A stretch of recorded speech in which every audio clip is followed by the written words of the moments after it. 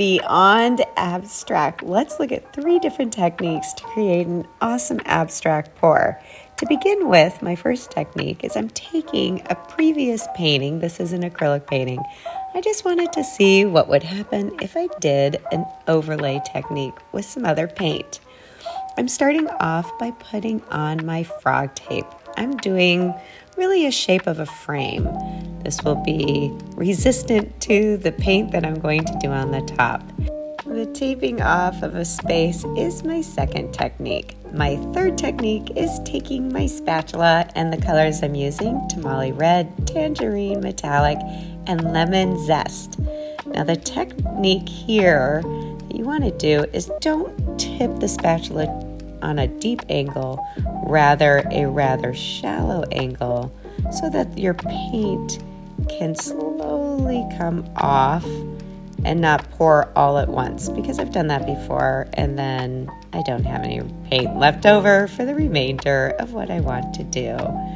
Now here I am just gently putting it down, covering some of those areas that I have taped off and just giving a pretty big contrast to what's down below with my black and white, and taking it off, tipping off the edge, because I always like when my story of my paint goes from my top surface to the edge of my surface of my canvas.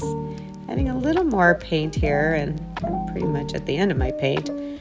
I just refill and then let it start, and then as you can see, I put my spatula more parallel to my canvas as much as I can, allowing it to come off. And if I see that it's getting too thin, I try to tip it slightly upward to give it that extra paint. And again, I'm just trying to gently tip off some of the side.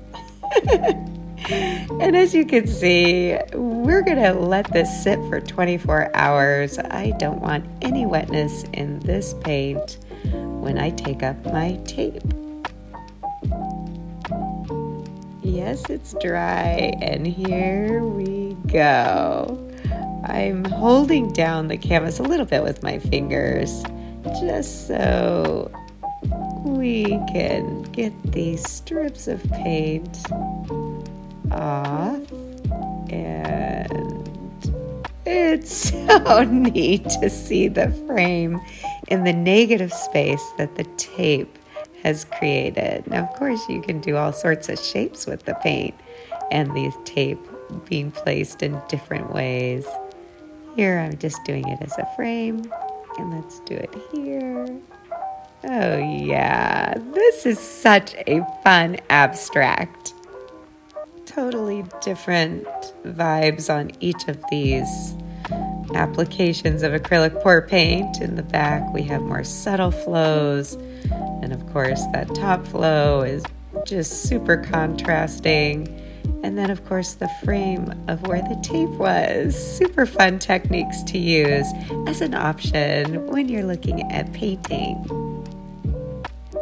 I love to try new things. Sometimes I fail at them, as you know, but we always have to try.